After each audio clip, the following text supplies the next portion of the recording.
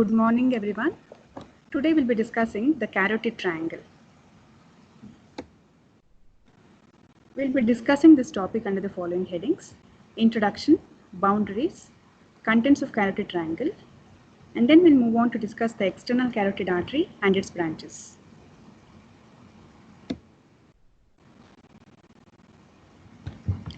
Carotid triangle is called so because it contains carotid system of vessels, which includes the common carotid artery and its two terminal branches. The term carotid in Greek means heavy sleep or stupor. Since ages, it's known that the occlusion of carotid artery will cause loss of consciousness. That is why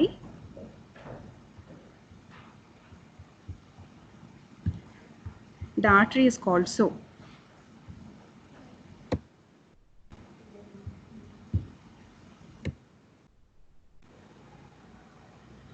Now we'll look at the boundaries of the carotid triangle. Anterosuperiorly, you can see this is the posterior belly of digastric. There's another slender muscle which runs along the posterior belly of digastric, that is stylohyoid. Ma'am, Yeah? ma'am, Yes. the slide isn't changed. We're still seeing the first slide. You're just looking at the first slide, is it? With the Yes. title of the topic? I mean, the Yes, ma'am. title page? Okay. Yes, ma'am. Who's speaking? Srinija, ma'am, roll number 237. Okay. I'll be muting you now. You can message me if there's any problem, okay? Okay, ma'am. Yes, ma'am.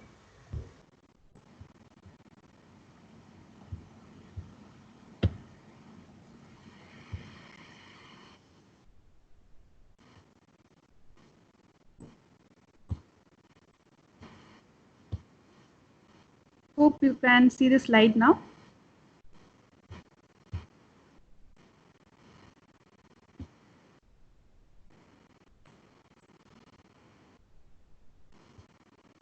The boundaries of the carotid triangle. Anterosuperiorly, you can see the posterior belly of digastric. Okay. And there's another muscle, stylohyoid, which runs along with posterior belly of digastric. Antero-inferiorly, there is superior belly of omohyoid. And posteriorly, you can see the anterior border of sternocleidomastoid.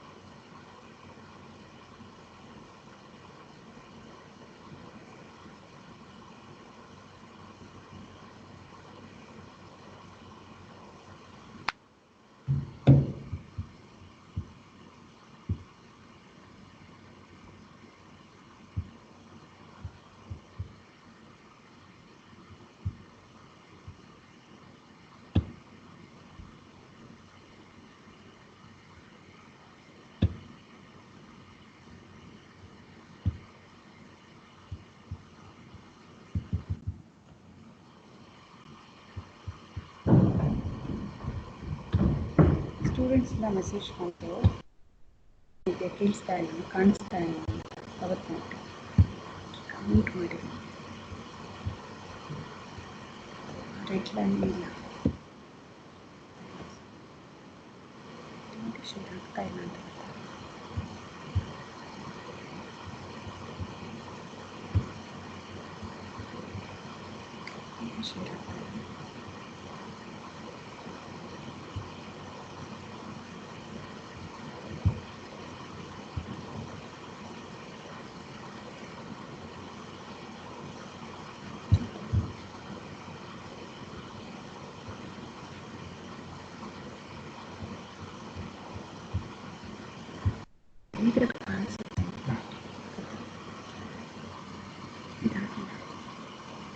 ಇಲ್ಲಿ cross ಬಂದಿದೆ still ಕಾಣಿಸುತ್ತೆ.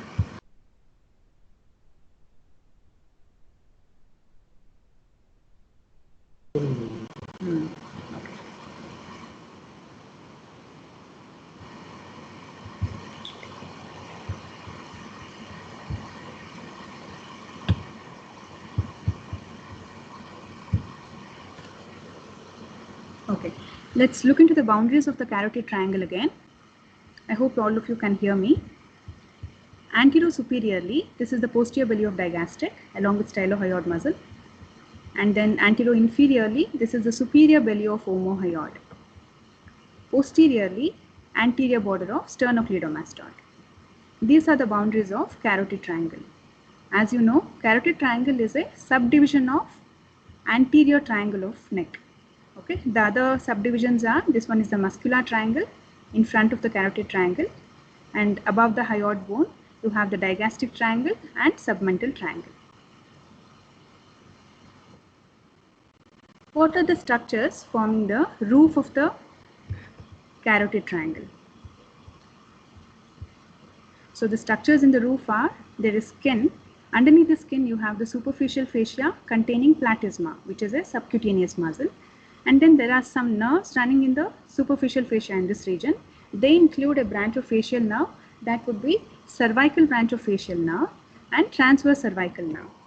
This transverse cervical nerve is a branch of cervical plexus.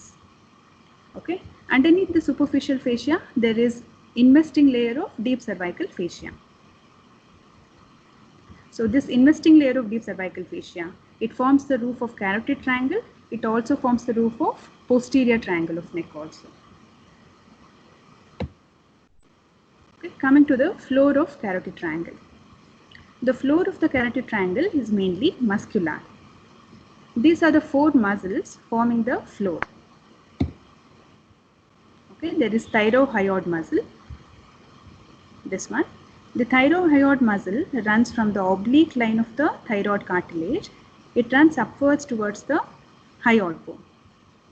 Thyrohyoid muscle. Above the hyoid bone, there is hyoglossus muscle. Again, this muscle takes origin from the greater corner of the hyoid bone and it runs upwards towards the side of the tongue. Okay. Behind these two muscles, there are constrictor muscles of pharynx. Constrictors are three in number: superior, middle and inferior constrictors. Among them, the middle and inferior constrictors from the floor of the carotid triangle. The middle constrictor of pharynx, as you can see, it takes origin from the greater corner of the hyoid bone. It runs backwards and medially and is then inserted to a median fibrous raphe in the posterior wall of the pharynx. The median fibrous raphe receives insertion of all the constrictor muscles of the pharynx. Okay, and what else can you observe here? The middle constrictor of pharynx is overlapped by hyoglossus muscle at its origin. Okay, and also the lower border of middle constrictor, it is overlapped by the upper border of inferior constrictor. So keep this in mind. Okay, middle constrictor is overlapped by inferior constrictor. Also, middle constrictor, the outer surface of the middle constrictor is covered by a fascia called buccopharyngeal fascia. Okay, and there is a plexus of nerves lying on the middle constrictor that is called pharyngeal plexus of nerves. Okay, so these are the important points you should know about middle constrictor of pharynx. Okay, it is a constrictor muscle taking origin from the greater corner of the hyoid bone.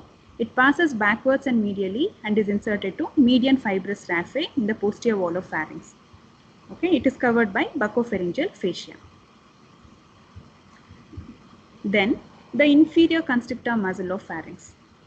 In the lower part, this is the inferior constrictor muscle of pharynx forming the floor. This muscle takes origin from the oblique line of the thyroid cartilage and also from anterior arch of cricoid cartilage. So depending on its origin, the inferior constrictor is made of two parts, thyropharyngeus and cricopharyngeus. Okay, both of these together, they are inserted to median fibrous raphe in the posterior wall of the pharynx, similar to this middle constrictor. Okay, even the inferior constrictor is also covered on the outer surface by buccopharyngeal fascia. Okay, these are the muscles forming the floor of the carotid triangle.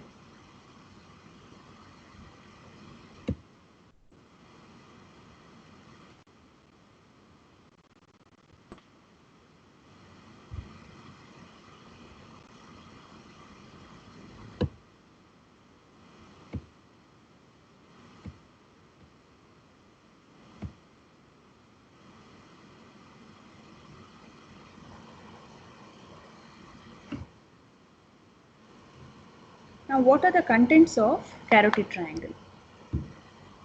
The contents of carotid triangle are as follows. Okay, mainly you can see the great vessels of the neck. They are the common carotid artery and the external and internal carotid artery here. Okay. Among the branches of the external carotid artery, the first 5 branches lie within the carotid triangle. Okay. Then lying lateral to the external carotid artery, there is internal jugular vein. Okay. And then there is carotid sinus and carotid body, which are present in relation to the bifurcation of the common carotid artery in this region. Then there are last 3 cranial nerves. They are 10th nerve, that is vagus nerve, 11th spinal accessory nerve, which is running backwards, and then hypoglossal nerve, which runs downwards and forwards. Then carotid sheath that covers all these major vessels at the root of the neck, that is the common and the internal carotid artery and the internal jugular vein. They are all covered by carotid sheath. Then there is a loop of nerve called ansa cervicalis, which lies embedded in the anterior wall of the carotid sheath. Then behind the carotid sheath, there is cervical part of sympathetic chain. Okay. Then there are deep cervical group of lymph nodes. All these structures form the contents of carotid triangle.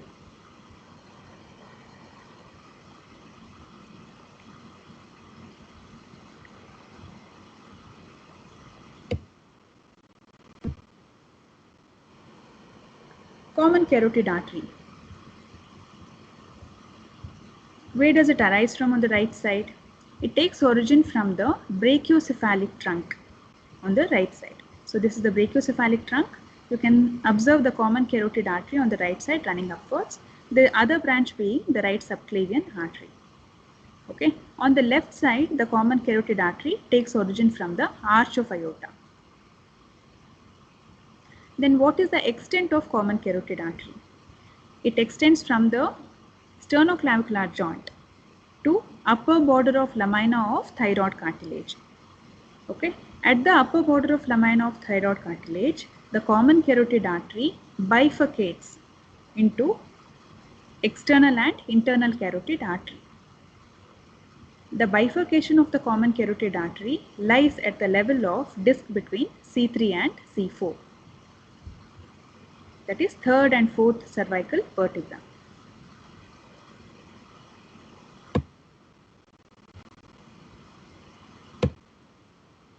Also, the common carotid artery can be palpated against carotid tubercle. Carotid tubercle refers to the anterior tubercle of transverse process of the 6th cervical vertebra. Okay. The common carotid artery can be palpated against this bony prominence.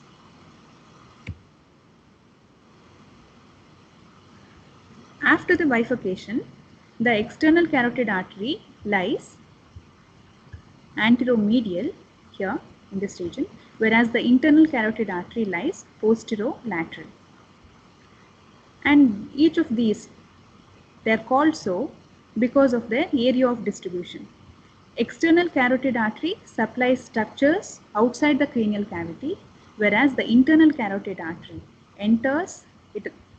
The internal carotid artery, it runs upwards through the base of the skull, enters the cranial cavity and supplies structures within the cranial cavity, such as brain and meninges. So depending on their area of distribution, these external and internal carotid arteries are called so.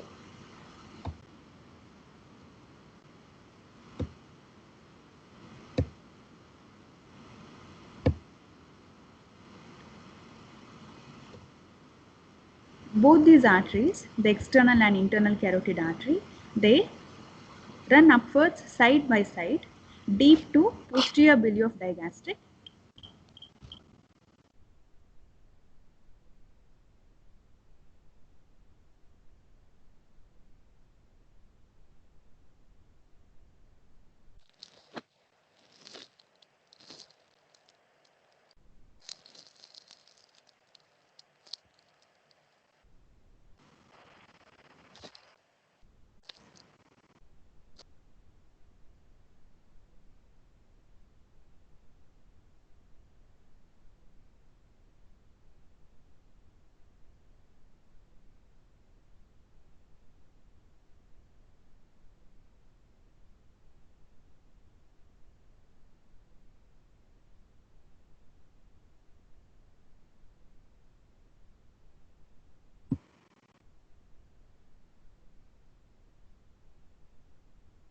All of you should join on time to avoid all these disturbances.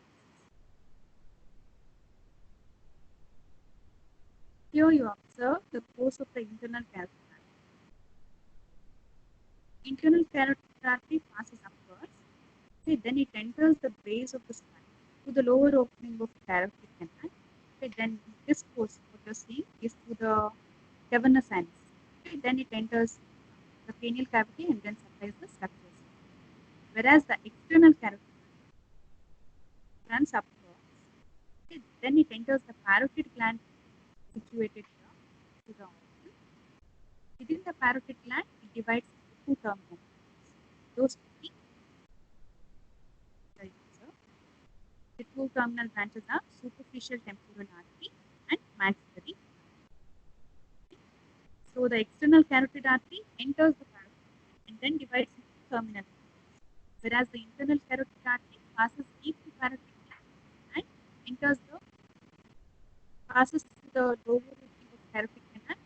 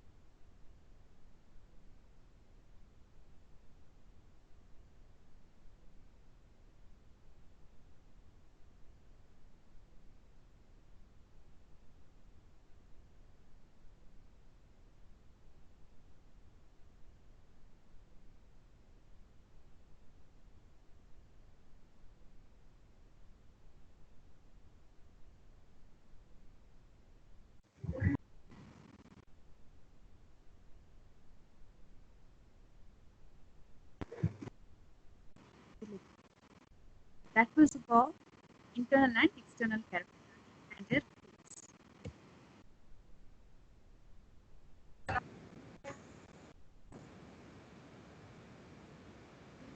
Just passing between the interval between the internal and external carotid artery.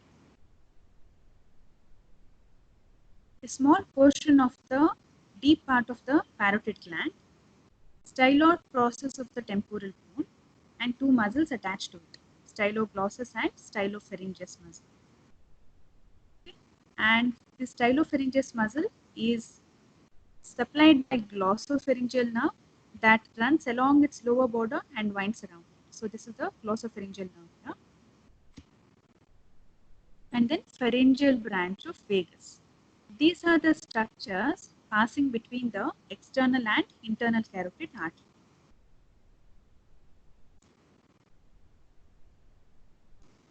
The bifurcation of the common carotid artery is one of the common sites of atherosclerosis.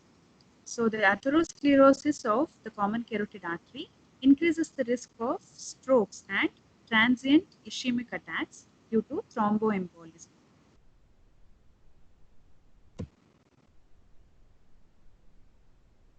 Carotid sinus.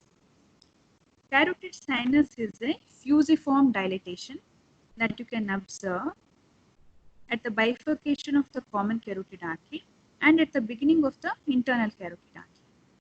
Okay. The arterial wall in this region is thin and is elastic. This region is richly supplied by branches from glossopharyngeal nerve, vagus nerve, and sympathetic trunk. Okay. The region of carotid sinus.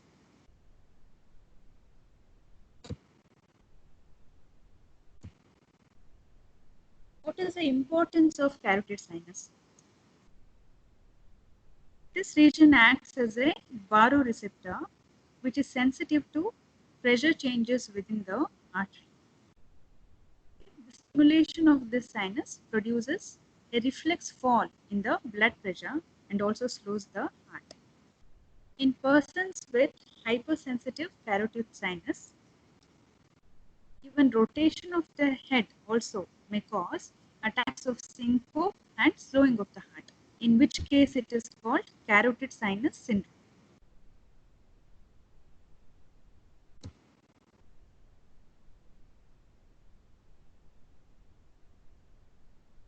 Carotid body. Carotid body is a small oval reddish brown neurovascular structure which is located close to the posterior wall of carotid sinus. Like carotid sinus, carotid body also receives rich nerve supply from 9th, 10th cranial nerves and sympathetic trunk.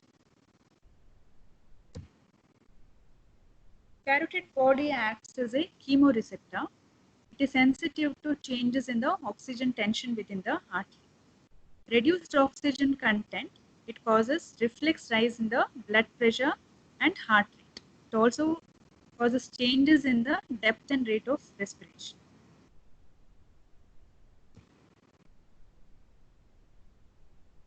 Carotid body tumor, also called the potato tumor, it is a rare condition which is produced by enlargement of carotid body. Swelling caused by this tumor, it moves transversely and it shows transmitted pulsation. Due to pressure on the carotid sinus, potato tumor leads to slow pulse and attacks of faint.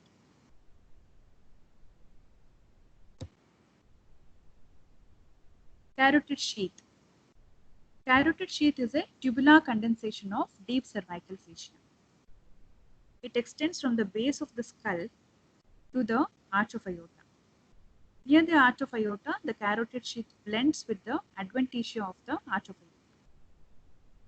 The carotid sheath envelops the common and internal carotid artery and the internal jugular vein and the vagus. Ansa cervicalis is the nerve loop that is embedded in the anterior wall of the carotid sheath. Also, as you can observe here, there is cervical sympathetic trunk that lies behind the carotid sheath. Okay, in the cross section, you can observe the common carotid artery, internal jugular vein, and the vagus nerve. Also, look at the ansa cervicalis, which is embedded in the anterior wall of the carotid sheath. Then there is sympathetic trunk that lies behind the carotid sheath.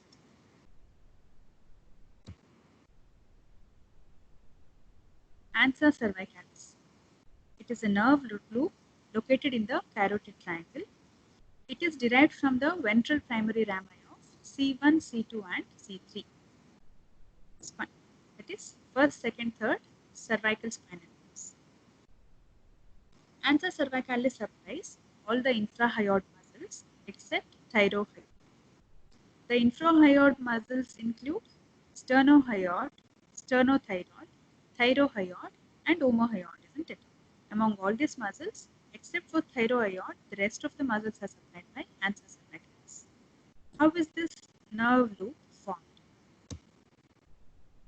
The nerve loop is formed by two roots. You can observe the superior root here. The superior root is also called descendens hypoglossal. Okay? As the name suggests, this root descends from the hypoglossal nerve and it runs downwards. The inferior root, it is called descendens cervicalis. It descends from the second and third cervical spinal nerves. Both of these roots join together to form the loop.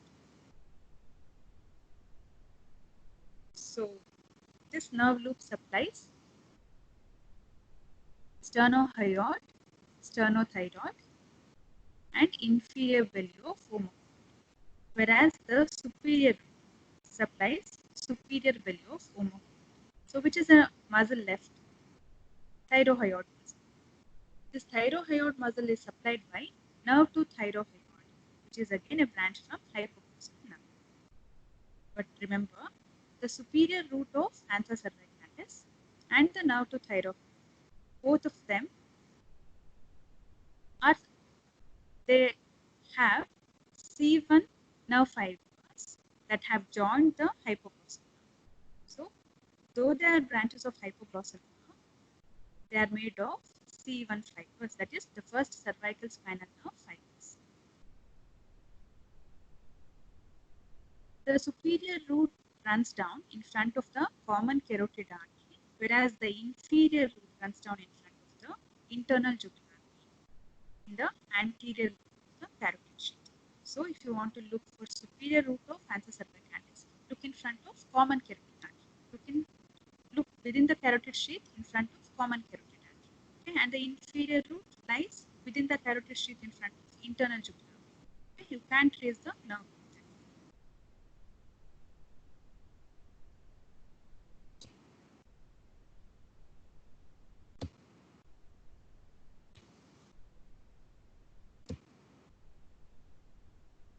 Internal jugular vein. It is a wide vessel that runs longitudinally from the base of the neck to the root of the neck. It is an important vessel that drains the brain, superficial part of the face, and the neck. How does it arise?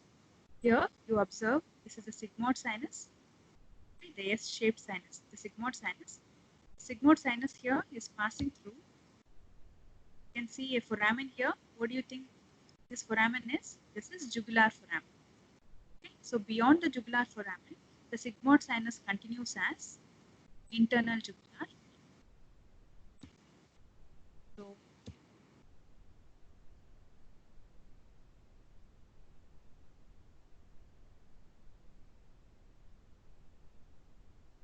internal jugular vein arises as a continuation of sigmoid sinus beyond the jugular foramen. Okay, how does it terminate? It runs downwards in the neck and then it is joined by the subclavian vein to form brachiocephalic vein. Okay, so the right internal jugular vein unites with the right subclavian vein to form right brachiocephalic vein. Similarly on the left side. Later, both the right and left brachiocephalic veins joined together to form superior vena cava. Okay. So internal jugular vein, it arises as a continuation of sigmoid sinus and it ends by joining with subclavian vein to form brachiocephalic vein. What is the location of internal jugular vein? It lies lateral to common and internal carotid arteries and it is overlapped by anterior border of sternocleidomastoid. That means it is hidden from view. Okay, only if you retract the anterior border of sternocleidomastoid, this internal jugular vein is clearly visible. Okay. Also, the carotid sheath covering the internal jugular vein is thin. The carotid sheath overlying the arteries are thick. Okay. So the carotid sheath is thin because in order to allow the expansion of the internal jugular vein. What are the tributaries of internal jugular vein? So go on observing. Okay, this is the very first tributary which arises within the cranial cavity, runs out through the jugular foramen, and you can see it draining into internal jugular vein here. So which sinus do you think it is? This is inferior petrosal venous sinus. That is the very first tributary. Okay. So after that, the internal jugular vein is joined by pharyngeal veins, common facial vein, lingual vein, superior thyroid vein, middle thyroid vein, also by occipital vein. Okay. The very last tributary is the thoracic duct. These are the important tributaries of internal jugular vein. Okay. The first and last tributary, they are peculiar because the first tributary, as you all know, this is a venous sinus, and the last tributary is a lymphatic channel. It is a large lymphatic channel. So the first and last tributary of internal jugular vein, they are peculiar. The rest of the tributaries, they correspond to the branches of external carotid artery. Okay, so remember that way. Internal jugular vein is an important topic. What are the other contents of the carotid triangle? So far we have covered the common carotid artery, the internal and external carotid artery, the internal jugular vein. Now coming to the nerves. There are several nerves in the carotid triangle. Okay. They are 9th, 10th and 11th. Sorry. The 10th, 11th and 12th cranial nerves in the carotid triangle. Okay, the 9th nerve you can see between the internal jugular vein and the carotid arteries in the uppermost part of the neck. But since we are speaking of carotid triangle, there are 10th, 11th and 12th cranial nerves here.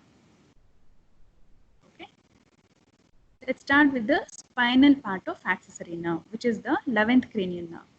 Okay. It runs downwards and backwards. Okay.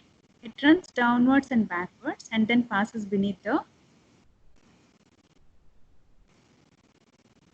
in relation to the sternocleidomastoid muscle and reaches the trapezius. Okay, what does the spinal accessory nerve supply? It supplies both the sternocleidomastoid and trapezius nerve, isn't it? So you can see the spinal accessory nerve in the upper angle of the carotid triangle. Loop of hypoglossal nerve.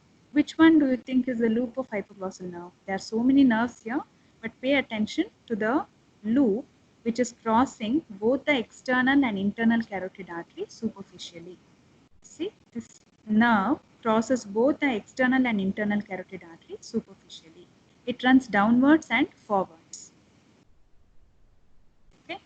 From the loop of hypoglossal nerve, two branches arise, two important branches. First branch is descendens hypoglossae, okay, which we have already covered in the ansa cervicalis. It forms the superior root of ansa cervicalis. Okay. The other branch is given a little forward. It is the nerve to thyrohyoid. Okay. And also, as you all know, both these, the descendens hypoglossae and the nerve to thyrohyoid, they carry the fibers of C1. Okay. So, this is the spinal part of accessory nerve running downwards and backwards, crossing the upper angle of the carotid triangle. This is a loop of hypoglossal nerve running downwards and forwards, crossing both the carotid arteries superficially. And also within the carotid triangle, it gives two branches, descendens hypoglossal and hypoglossal. Don't get confused by all the several nerves. So study and remember the nerves one by one. Okay, so this is spinal accessory nerve. This is loop of hypoglossal.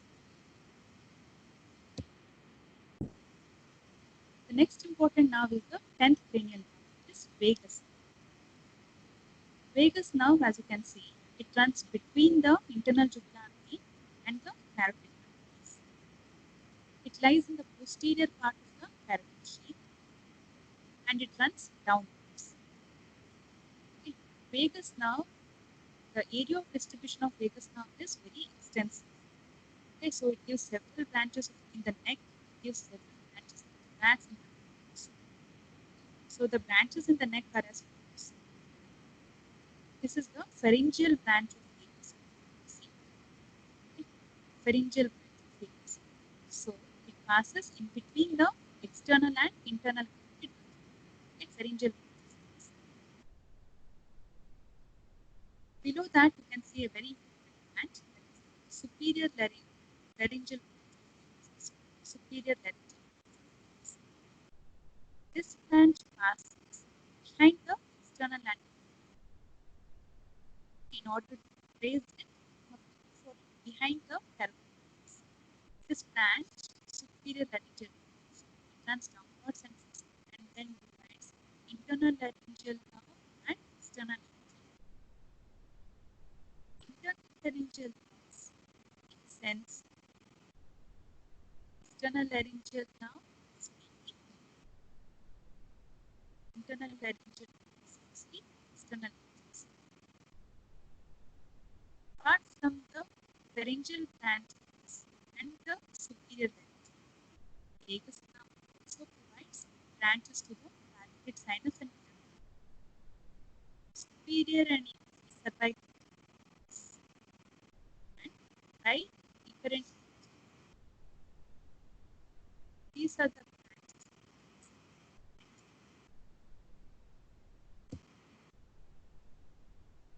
The internal laryngeal, as we know, thick and it is sensitive. What is it? The internal laryngeal passes through the thyroid and then it supplies the laryngeal nerves above the level of the supplies the interior of the larynx, mucous membrane above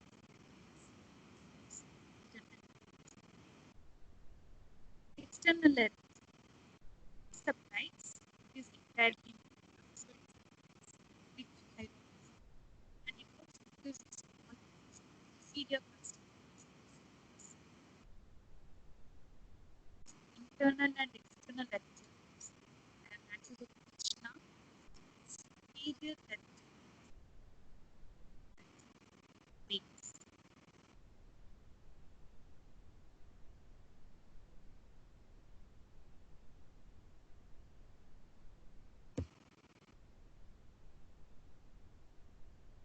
The other content of the carotid triangle is cervical part of symphysis. Here you should know its location. As you know, it lies behind the carotid sheath, runs downwards behind the carotid sheath. And there are three ganglia located in relation to the symphysis. They are superior, middle, and inferior. Cervical.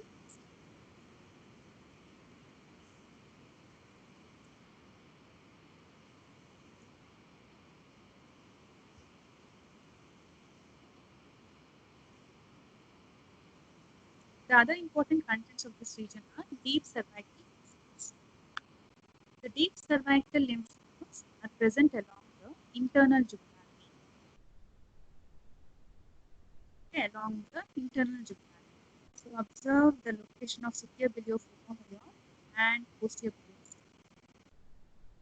Okay, in the angle between the posterior biliopygastric and the internal jugular vein, you can see group of lymph nodes. This nodes are called jugulodigastric lymph nodes. So there are jugulodigastric lymph nodes present in the angle between the posterior belly of digastric and internal jugula. And there are jugulo-omohyoid lymph nodes present in the angle between, say, this intermediate tendon and superior belly of and internal jugula. So this is jugulo-omohyoid group and jugulodigastric.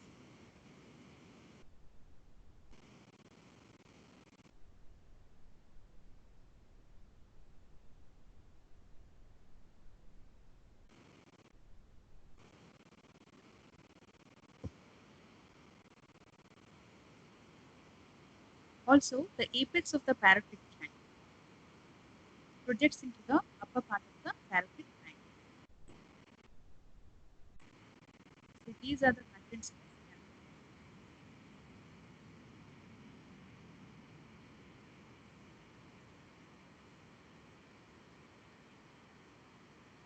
The next topic is external carotid artery, its branches.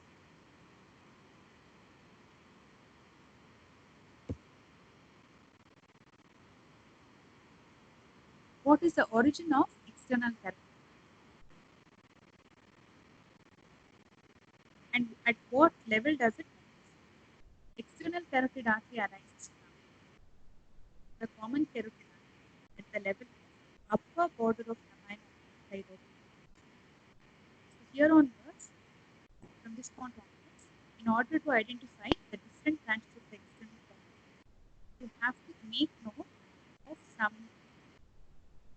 bony handles and make visuals.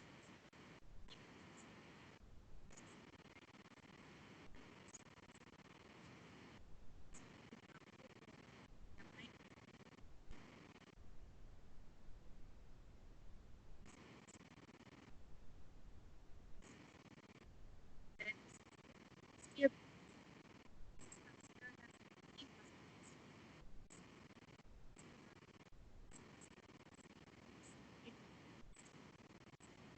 It becomes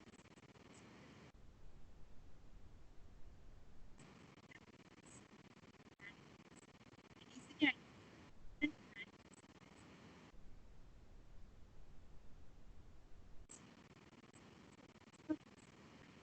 and arises.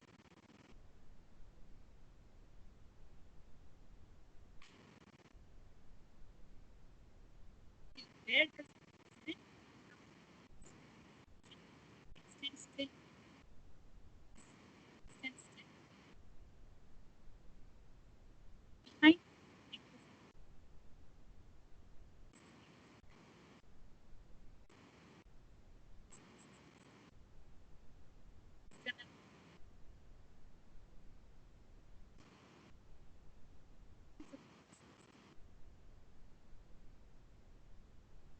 At its origin, the artery lies in the carotid.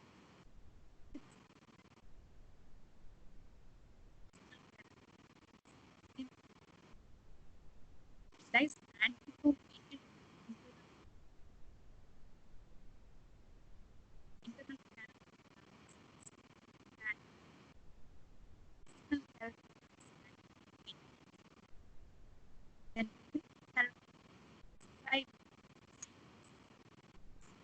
yeah, superior head,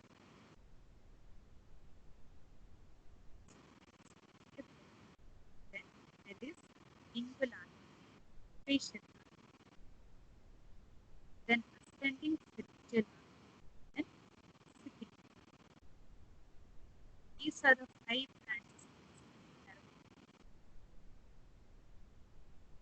It leaves the carotid by passing the posterior substance, the septal, then enters the parotid. Here it gives the posterior, then it runs upwards within the parotid. Inside the parotid is deep facial nerve and intramandibular. There are three important structures in the parotid.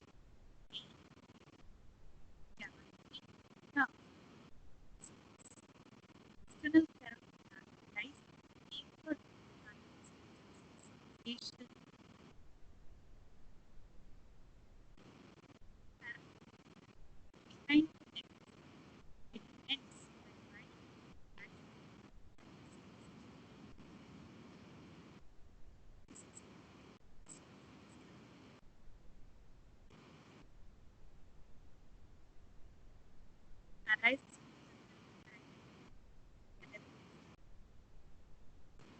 like that.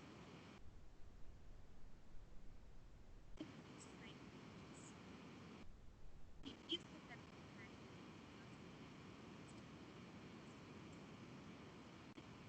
sense. It does exterior and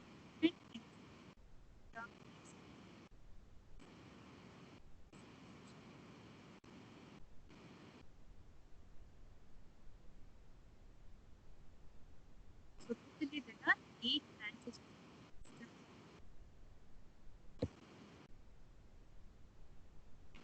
Among those 8, some of them arise from medial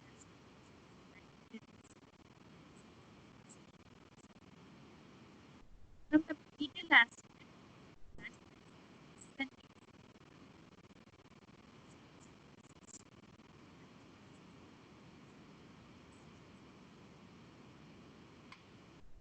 From the anterior aspect, if integral is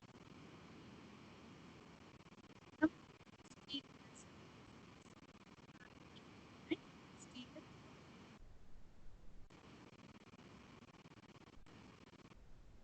then there are terminal branches. There are branches. So these are 8 external. Among them, first they are they take part in they are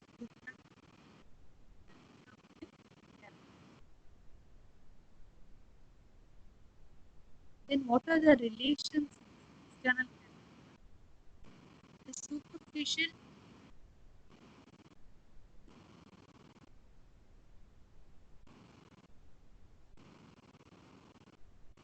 relations are this artery is overlapped by anterior border sternofluid and it also it passes the posterior biliary and spine.